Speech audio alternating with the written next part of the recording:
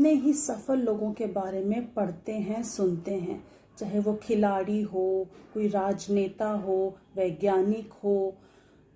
इन लोगों की सफलता के बारे में तो हम सुनते हैं, पर हम ये अंदाजा भी नहीं लगा सकते कि इन्होंने इस मुकाम तक पाने के लिए कितना संघर्ष किया होगा, कितनी मेहनत की होगी। तो आज मैं चित्रा बंसल, आपकी हिंदी की अध्यापिका, आपको आपकी हिंदी की पुस्तक उल्लास का जो पाठ पढ़ाने जा रही हूँ वो एक ऐसे वैज्ञानिक से संबंधित है जिन्होंने बिजली का आविष्कार किया, जिसकी वजह से आज न जाने कितनी ही चीज़ें हम ऐसी इस्तेमाल कर पा रहे हैं। यदि वो ना होती तो हमारा जीवन कितना मुश्किल होता, हम उसके बारे में सोच भी नहीं सकते। तो चलिए माइकल फैराडे के बारे में पढ़ते हैं और जानते हैं कि उन्होंने किन किन मुश्किलों से निकलकर इस मुकाम। सड़क पर तेजी से भागती हुई गाड़ियां तुम प्रतिदिन देखते हो। बस और ट्राम में चढ़ने का आनंद भी शायद तुमने बहुत बार लिया होगा। बिजली के पंखे और इस तरह के कई उपयोगी साधनों से तुम परिचित हो ही। कारखानों में तरह तरह की मशीनें भी तुमने देखी होंगी। क्या तुमने सोचा है कि ये सब मशीनें किस प्रकार चलती हैं? तो किन किन चीज़ों के बारे में उन्होंने हमसे पूछा? भागती हुई गाड़ियाँ, बसें, ट्राम, बिजली के पंखे, बिजली से चलने वाली मशीनें, कितना कुछ हम हर दिन अपने जीवन में देखते हैं, इस्तेमाल करते हैं, जिनसे हमारा जीवन आसान और सरल बनता है।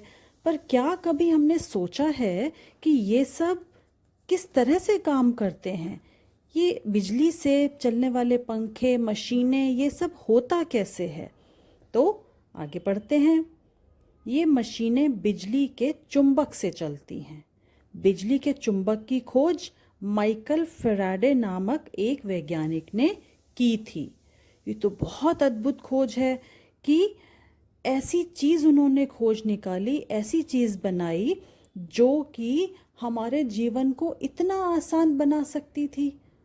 तो कैसे संभव हुआ होगा? माइकल फैराडे ने कैसे किया होगा? बिजली के चुंबक की खोज उन्होंने करी कैसे? चलो देखते हैं। फैराडे की इस खोज से विश्व को अनेक उपयोगी चीजें मिल पाईं, परंतु बाल्यकाल में उसे कई कठिनाइयों का सामना करना पड़ा था। कोई पैदा होते ही माइकल फैराडे वैज्ञानिक तो नहीं होंगे, तो वो एक वैज्ञानिक कैसे बने? इतनी महान, इतनी बड़ी खोज वो कैसे कर पाए? चलो देखते हैं। तो उन्होंने यहाँ पर बताया है, लेखक ने, कि बाल्यकाल में मतलब बचपन में फैराडे को बहुत कठिनाइयों का सामना करना पड़ा था। उनका जन्म एक गरीब लोहार के घर में हुआ था। लोहार मतलब जो लोहे का काम करता है, लोहे से बनने वाली चीज़ें उनको बनाना, ठीक करना, ये सब जो करता है उसे लोहार कहा जाता है। माइकल जब 6 साल का हुआ तो पिता ने पाठशाला में दाखिला करा दिया। पाठशाला मतलब विद्यालय, स्कूल। पर उसके पास किताबें नहीं थी, इसलिए उसे बहुत परेशानी होती थी।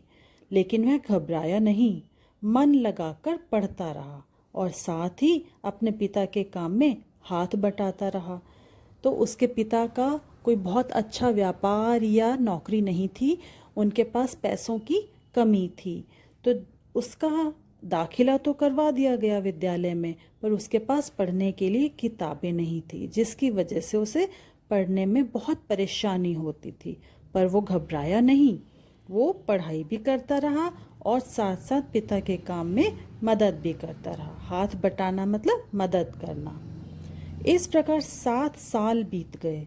अब माइकल 13 वर्ष का हो गया था, परंतु गरीबी के कारण उसके पिता ने उसका स्कूल जाना बंद करवा दिया। मतलब मजबूरी थी उनकी, वो चाहते तो नहीं होंगे कि उसको स्कूल से निकलवाएं, पर फीस देने के पैसे नहीं होंगे और भी खर्चे करने पड़ते थे, वो नहीं कर पाए, जिसकी वजह से उन्हें 13 वर्ष की उम्र में स्कूल से निकलवा दिया। बेचारा माइकल मन मार कर रह गया। मन मार कर मतलब उदास हो गया। वो पढ़ना चाहता था पर पिता की मजबूरी थी जिसकी वजह से वह नहीं पढ़ पाया। पिता की आज्ञा के अनुसार उसने घरों में अखबार बांटना आरंभ किया। कुछ दिनों बाद उसे एक जिल्द बनाने वाले के यहाँ नौकरी मिल गई। जिल्द मतलब पुस्तकों का कवर, जो आप अपनी पुस्तकों पर देखते हैं ना, गत्ते का कवर चढ़ा होता है, उसे जिल्द कहते हैं। तो फेराडे को, माइकल को जब स्कूल से निकलवा लिया था पिता ने, उसकी पढ़ाई बीच में छुड़वा दी, तो उसने क्या काम किया? पहले तो वो घरों में अखबार बांटता था और कुछ दिन बाद उसे जिल्द बनाने वाले ने अपने पास नौकरी दे दी। इस बहाने उसे किताबें पढ़ने का अवसर भी प्राप्त होता रहा। तो वो किताबों पर जिल्द तो चढ़ाता ही था, साथ ही साथ उन किताबों को पढ़ भी लिया करता था, क्योंकि उसे पढ़ने का शौक तो था ही। फेराडे परिश्रमी बालक था। परिश्रमी मतलब मेहनती। वह अच्छी जिल्दें बांधता था, इसलिए उसका मालिक उससे खुश था। देखो बच्चों, छोटे से छोटा काम भी हो, पर अगर उसे मन से किया जाए, मन लगाकर और ईमानदारी से किया जाए, तो अलग ही निखर कर आता है। उसका जो रिजल्ट आता है, परिणाम आता है, वो अलग ही नज़र आता है। तो उसने ये नहीं सोचा कि ये किताबों पर जिल्द चढ़ाने का काम तो छोटा है, उसको जैसे मर्जी कर दूं, क्या फ़र्क पड़ता है। नहीं, उसने उस काम को भी इतना मन लगाकर किया, इतनी सुंदर जिल्द चढ़ाता था वो किताबों पर कि उनके जो मालिक थे वो बहुत खुश हुए। यदि दुकान पर बिजली से संबंधित कोई किताब आती तो फेराडे उसे अवश्य पढ़ता। तो उसको बचपन से ही शौक था विज्ञान से संबंधित किताबें पढ़ने का, बिजली से संबंधित किताबें पढ़ने का। तो जब भी वो कोई किताबें आती थी जिल्द चढ़वाने के लिए, अगर वो बिजली से संबंधित हो तो उसे तो वो ज़रूर पढ़ता था। एक दिन एक वृद्ध व्यक्ति ने उसे ऐसी ही एक किताब में मग्न देखा। मग्न मतलब मन लगाकर पढ़ते हुए देखा। वह वृद्ध व्यक्ति स्वयं एक वैज्ञानिक था। इतने छोटे बालक को ऐसी कठिन किताब पढ़ते देखकर वह चकित रह गया। चकित मतलब हैरान रह गया। तुम कहाँ पढ़ते हो? उन्होंने पूछा। वो जो वैज्ञानिक थे, वृद्ध व्यक्ति, उन्होंने जब माइकल को देखा इतना मन लगाकर वो एक विज्ञान की किताब पढ़ रहा है, तो उन्होंने हैरानी से पूछा, तुम कहाँ पढ़ते हो? मैं कहीं नहीं पढ़ता, मैं ये जिल्दें बांधता हूँ, माइकल ने उत्तर दिया। मुझे बिजली से संबंधित किताबें अच्छी लगती हैं। जानकारी बढ़ाने के लिए मैं यह किताब पढ़ रहा हूँ। तो उसने बड़ी मासूमियत से उनको कहा कि मैं तो सिर्फ जिल्द चढ़ाने का काम करता हूँ, मुझे ये किताब अच्छी लगी क्योंकि ये विज्ञान से संबंधित थी, तो इसलिए मैं केवल जानकारी बढ़ाने के लिए इसे पढ़ रहा हूँ। वह वृद्ध व्यक्ति माइकल के उत्तर से खुश हुआ। उसने सलाह दी, यदि तुम बिजली के बारे में जानकारी बढ़ाना चाहते हो तो हर सर हम्फ्रे डेवी के भाषण सुना करो। उन्होंने उसको सलाह दी कि यदि उसे रुचि है और अगर वो बिजली के संबंध में ज़्यादा जानकारी चाहता है तो उसे क्या सुनना चाहिए? सर हम्फ्रे डेवी के भाषण।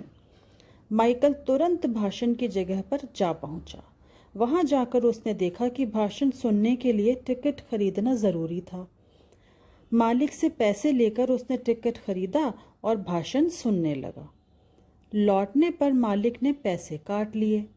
शाम को कम पैसे लेकर घर पहुंचने पर पिताजी क्रोधित हुए और बोले, इस प्रकार पैसे बर्बाद मत किया करो। तो ये देखिए कि माइकल को कितना ज़्यादा शौक था बिजली से संबंधित जानकारी प्राप्त करने का कि वो भाषण सुनने के लिए चला गया और टिकट खरीदने के लिए अपने मालिक से पैसे भी उधार ले लिए, और जिसके कारण उसे घर पहुंचकर अपने पिता से डांट भी खानी पड़ी। अगले दिन माइकल को दुखी देख उसके मालिक को उस पर दया आ गई।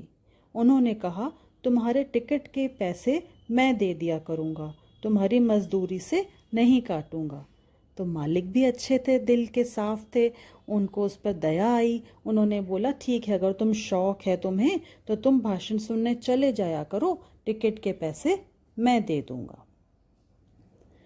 माइकल की कामना पूरी हुई। कामना मतलब इच्छा, यानी कि भाषण सुनने की जो उसकी इच्छा थी अब वो पूरी हो गई, क्योंकि मालिक ने कहा टिकट वो दिया करेंगे। वह डेवी साहब के भाषण सुनता, उनको लिखता और उन पर चित्र बनाता। कुछ दिन पश्चात वह उनसे मिला। सर हम्फ्री डेवी को वह होनहार बालक बहुत पसंद आया। उन्होंने माइकल को अपना शिष्य बना लिया। एक बात आपने सुनी होगी बच्चों, जहाँ चाह होती है वह राह मिल जाती है। क्योंकि माइकल बड़े मन से, लगन से बिजली के बारे में जानना चाहता था, तो उसको वैसे वैसे अवसर और राह मिलती गई। कैसे वो पहले किताबें पढ़ता था और वहाँ एक वृद्ध व्यक्ति ने उसे देखा तो उन्होंने उसको भाषण सुनने की सलाह दी। फिर वहाँ जब डेवी साहब ने उसको देखा, उससे मुलाकात हुई, तो उन्होंने उसकी इतनी अधिक रुचि देखकर उसको अपना शिष्य ही बना लिया। ये तो बहुत ही सौभाग्य की बात थी, बहुत अच्छी बात हुई माइकल के लिए कि उसे उनसे पढ़ने का अवसर मिला जिनके भाषण सुनने कितने ही लोग आया करते थे। माइकल उनके साथ रहने लगा और उनसे शिक्षा प्राप्त करने लगा। इस प्रकार अनेक मुश्किलों का सामना करके वह एक महान वैज्ञानिक बन पाया। तो जिस चीज़ की हमें तीव्र इच्छा होती है, तो कहीं ना कहीं से ऐसे अवसर मिलते जाते हैं, ऐसा प्रबंध हो जाता है जिससे कि हम उस इच्छा को पूरा कर पाते हैं।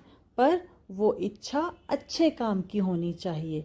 गलत काम की इच्छा हो तो वो पूरी नहीं होती। अगर हम अच्छा काम करना चाहते हैं जिससे सभी का भला होगा, तो उसके लिए हमें अपने आप अवसर मिलते जाते हैं और हमारे लिए जिंदगी में दरवाजे अपने आप खुलते जाते हैं, जैसे माइकल के साथ हुआ। और अपनी मेहनत, लगन और पूरी निष्ठा से वह एक वैज्ञानिक, सफल वैज्ञानिक बन पाया और ऐसी खोज कर पाया जिससे आज तक और आगे भी हमेशा लोग लाभ उठाते रहेंगे। तो बच्चों, क्या सीखा आपने?